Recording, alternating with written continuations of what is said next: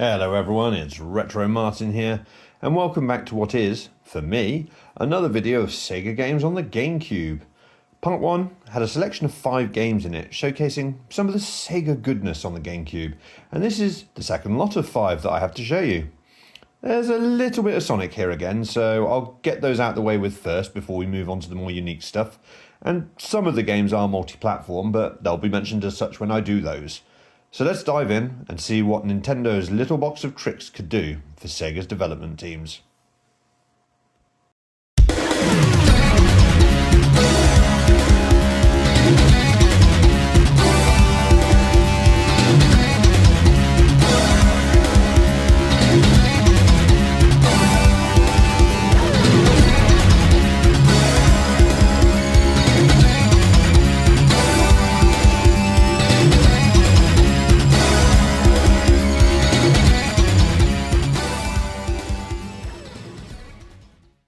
Originally released as a GameCube exclusive in all 3 regions, Sonic Mega Collection was the first time since the last console generation we had a compilation of 16-bit Sonic games. Unlike Sonic Jam on the Saturn, which had full-on ports, Mega Collection uses emulation, albeit quite good emulation compared to some later efforts. The game would go on to be released for the PS2, Xbox and PC with Plus added to the title, which added some Game Gear titles as well as the Ooze and Comic Zone from the Japanese GameCube release, which were absent in NTSCU and PAL territories on the GameCube.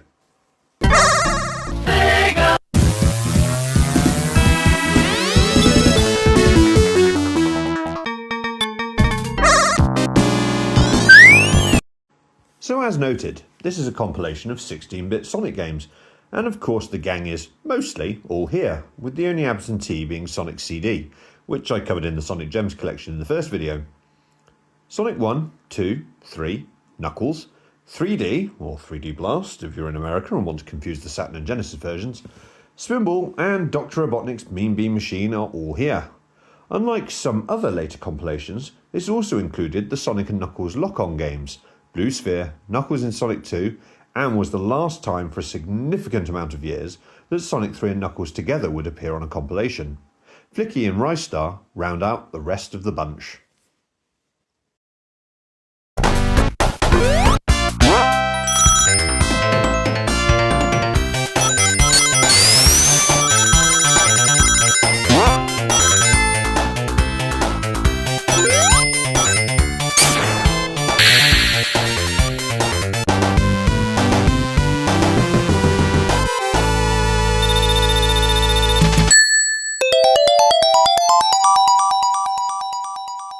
Also included is a movie viewer and an illustrations collection which, of course, as this is a US dev studio made compilation, means that the inclusions of comics are all Archie comics, as opposed to a selection of the other Sonic the Comic, known to the European market from Fleetway. This also brings us to the negatives of the collection. Whilst a great way to experience the games, and the first time we would have them in 60Hz on console and PAL regions, this has been released purely with the American market in mind. Their manuals are the only ones on display. All the comic illustrations are their comic. Whilst a very richly filled curio, anything relating to PAL regions is practically ignored, which is a real shame as this could have been a great opportunity to show NTSCU some of the awesome Sonic stuff from elsewhere. However, this still remains a solid collection, though if you're desperate for the Game Gear games, you will want to seek out one of the other console Mega Collection Plus releases.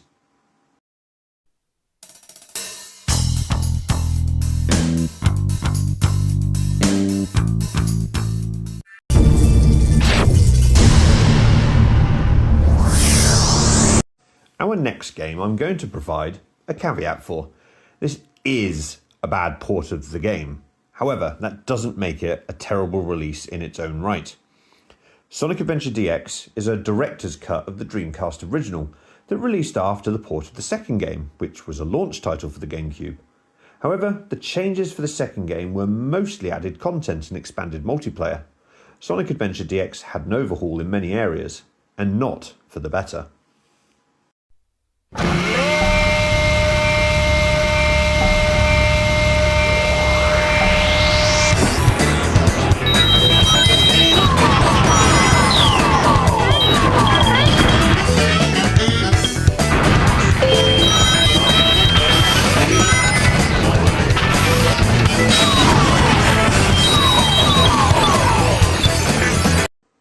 Adventure itself was the first proper mainline release of the franchise in 3D, because Sonic R and the Sonic World portion of Sonic Jam on the Saturn aren't mainline.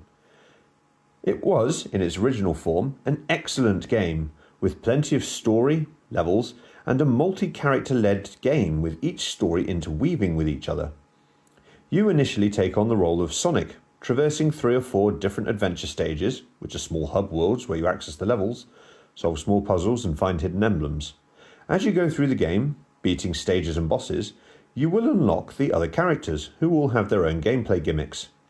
Tails mainly follows Sonic and has to race him in stages to the ending. Knuckles has to search small pocket stages to look for Master Emerald shards using a noise indicator. Amy has to escape a persistent robot enemy in Zero whilst reaching the end balloon to escape. Think something like the Nemesis from Resident Evil 3. E102 Gamma is a new character with lock-on shooting stages that take on time attack style, with you shooting enemies to add to the timer. And finally, the weakest inclusion, Big the Cat, who has to fish for his friend Froggy in each stage. The variety of gameplay styles, excellent and varied genre music, and fun cutscenes with ropey voice acting all come together to make a beloved entry in the franchise. All 3 buttons and the door should open.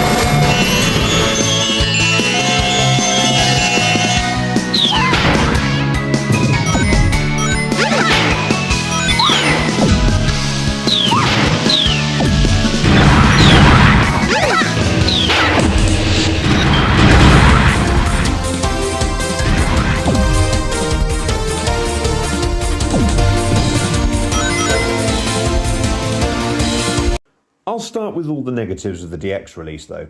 Some characters were redesigned, and whilst higher polygon counts sound great on paper, it led to a really awkward sheen effect on characters that looked a bit odd. The frame rate was put to 60 frames per second, but this was not stable, unlike the Dreamcast, meaning drops were very obvious. There were even more, yes, more, glitches in DX due to some level redesigns, with you flying off scenery much more often, which can be very infuriating. Some sound effects and camera views were changed, nothing problematic there, and there are a few other changes, but you get the idea as to why this is considered a much lesser port.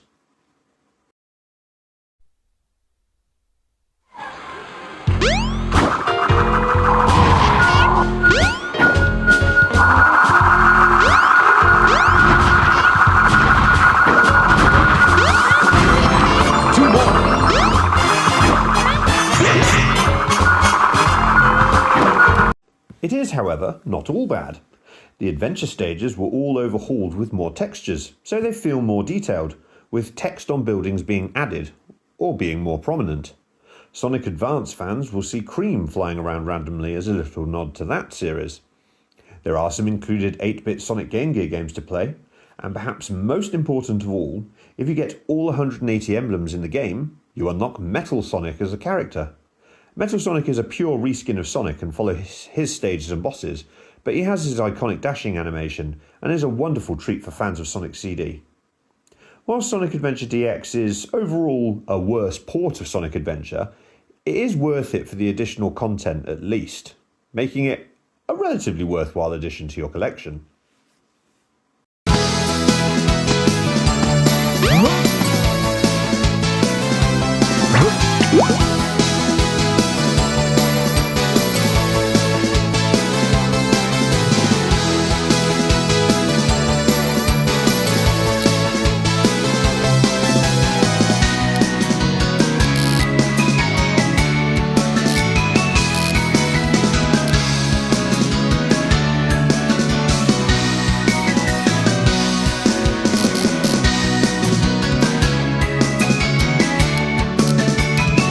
Somebody's biting!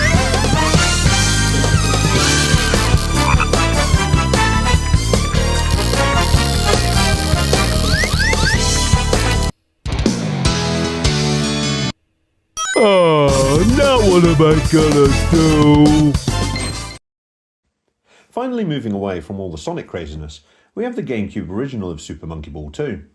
While the first game was a GameCube launch exclusive, the second game came just under a year later and follows much in the same vein. It would go on to be multi-platform as Super Monkey Ball Deluxe for the PS2 and Xbox, which added 1 and 2 together with a few additional levels. However, the PS2 version of that specifically is very poor compared to the GC version. The graphics felt foggier, and it just didn't fit on Sony's console.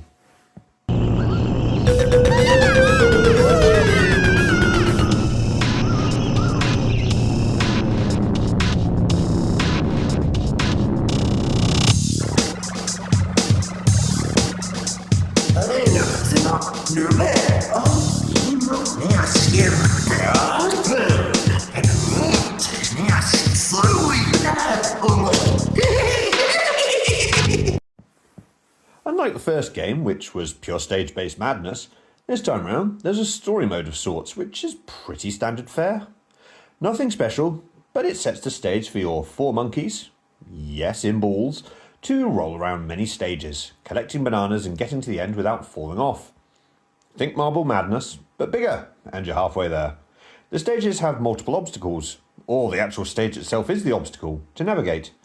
You'll sigh when it's easy, you'll rage when it's hard, but you will have tons of fun, and the trademark Sega hilarity is all there. Go!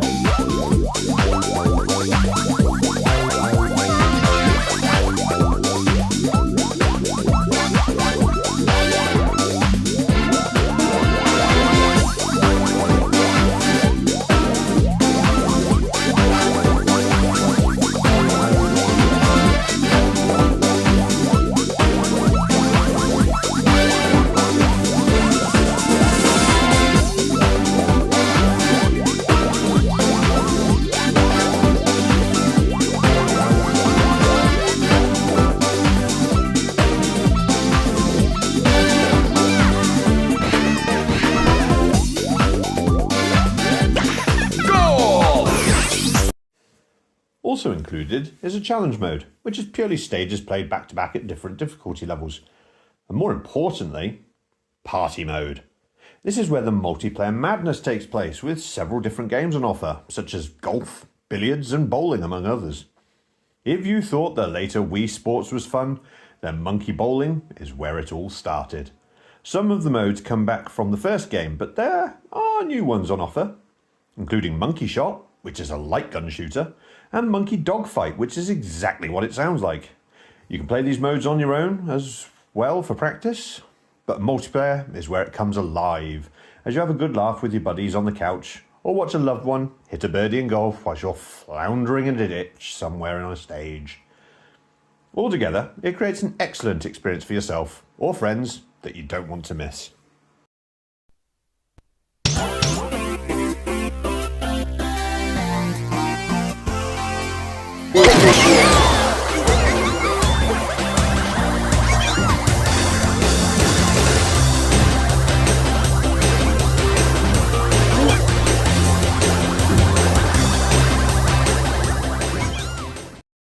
Our penultimate title in this video is the eponymous Crazy Taxi. Again, this is a slight downgrade on the Dreamcast original, but all round is still an excellent game in its own right, and most importantly, retains the licensed music and franchises from the original game. So if you miss Feeler, KFC and The Offspring in later versions, this one will have you served nicely. Fun. Hey, it's time to make some crazy money. Are you ready? Here we go! Hop in. You styling! Go up the hill! Okay, thank me later. Yes! Yes! Let's go! It's under control. Wow! I'm Some bonus. serious speed! Nothing I can't handle. Later. Let's roll. Aha, you're cool! Crazy Taxi itself is one of those games that seems simple on the surface, but has lots of depth in its mechanics that learning will make this an entirely different experience. At its most basic, you jump in the driver's seat of one of 4 taxi drivers, each with their own stats, and tear down the streets to pick up fares and deliver them within the time limit, or risk losing the customer. Immediately, some of the more in-depth systems will rear their head, with you gaining additional money for driving close to, but not hitting, other cars, soaring through the air on ramps, and if you're skilled enough with the brakes and turning to put your taxi on 2 wheels, for that as well. Just do my job. Take it easy.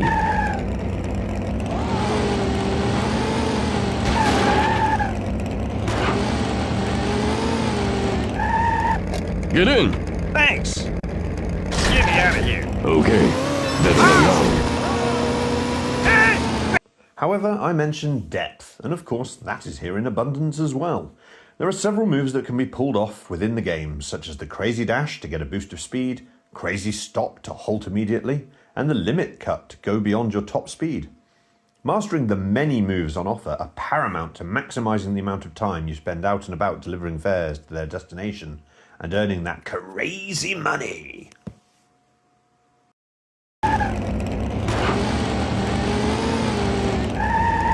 Get in. Thanks. Get me out of here. Okay. Better than wrong. Pay more attention. You're one great driver. Just do my job. Take it easy. Are we leaving today? Watch it, you nearly...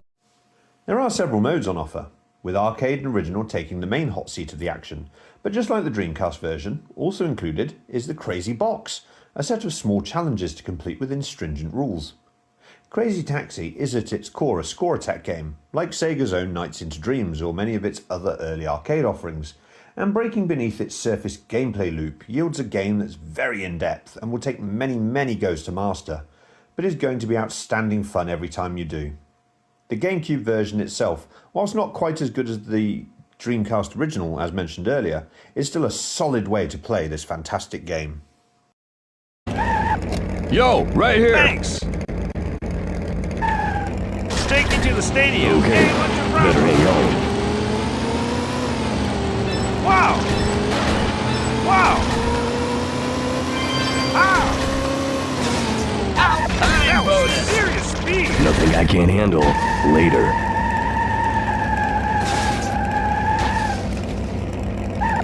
Let's roll. Aha, you're cool. I want to go to the heliport. Okay. Thank me later. Our final game for this video, and it's a sports game. Albeit unlike Virtua Striker with football from my first video, Beach Spiker's Virtua Beach Volleyball is, unsurprisingly, given the title, all about beach volleyball. A GameCube exclusive console port from the arcade original, this game landed in 2002 worldwide across the year. Fantastic.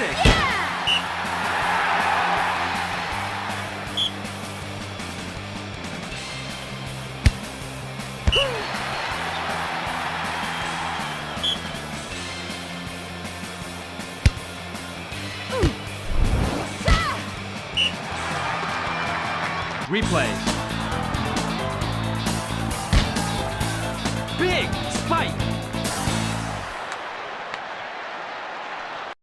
In terms of modes, the game is pretty basic. Arcade mode is a standard tournament between different countries. Each team is made up of 2 players and there are many countries on offer to play from. As in regular beach volleyball, you pass the ball between your teammates and try to hit it onto the ground on the opposite side of the net, whilst your opponents try to intercept the ball and do the same in reverse. Whilst a fun game, the difficulty curve can be a bit steep, with the computer being utterly merciless at times, giving you little time to react. But once you get into the swing of things, you'll be returning and smashing balls all over the place, watching the ladies fly around to try and reach the shots, and eating sand quite a bit to do so. Every so often, you'll change court sides and have a few minutes to watch your team have a little chat. Seems pretty standard for beach volleyball in my mind. Court change. Please select the action to give to your partner.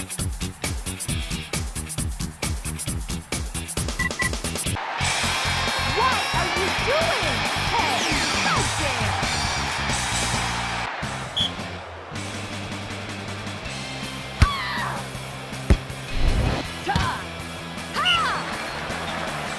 there! Replay.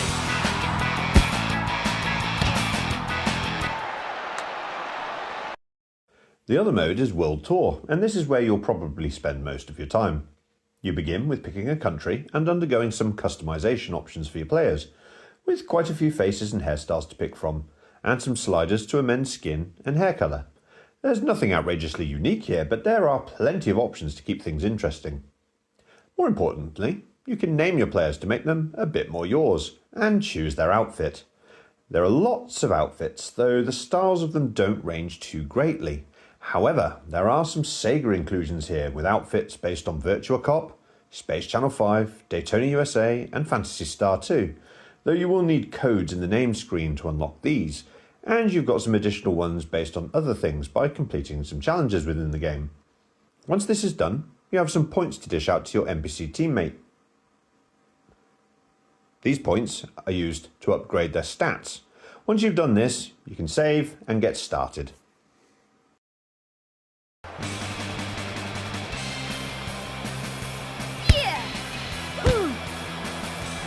Great!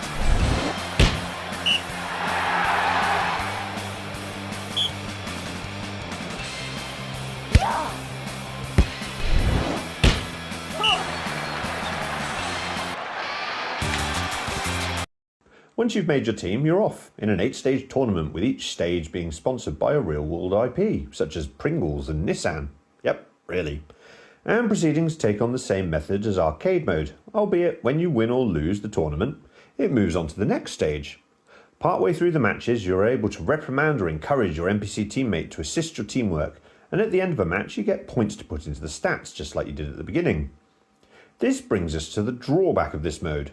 Your NPC teammate is utterly atrocious at the start, with you having to pick up a lot of the slack until they get better. This can lead to a lot of frustration in the beginning, but you do see an improvement quite quickly after your 3rd or 4th match.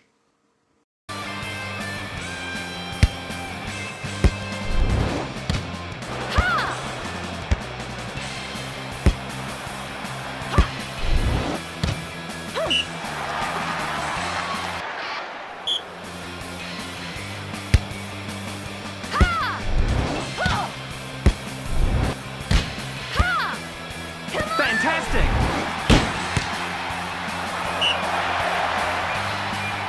Court change.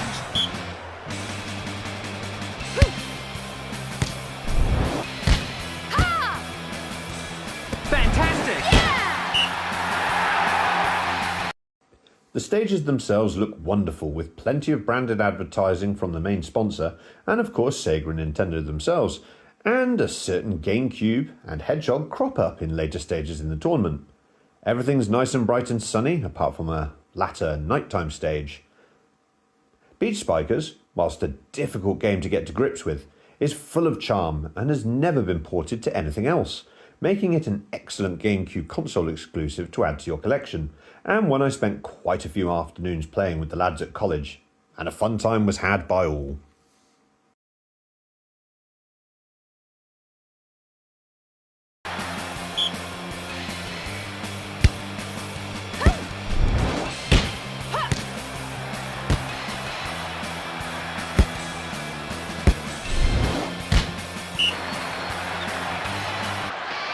Match point. Fantastic!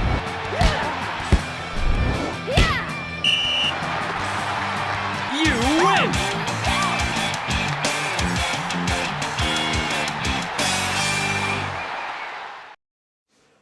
So there's your latest 5 bits of Sega goodness on the humble Nintendo GameCube. I hope you've enjoyed this whistle-stop tour around them. I've already recorded the next 5, so hopefully the wait won't be as long for the next video. Hopefully I've inspired you to go and grab some of these games. The GameCube was an excellent console that never gets enough credit for its utterly unique library, and Sega went a long way to establishing that with a lot of titles. Hopefully, I'll see you all for the next video.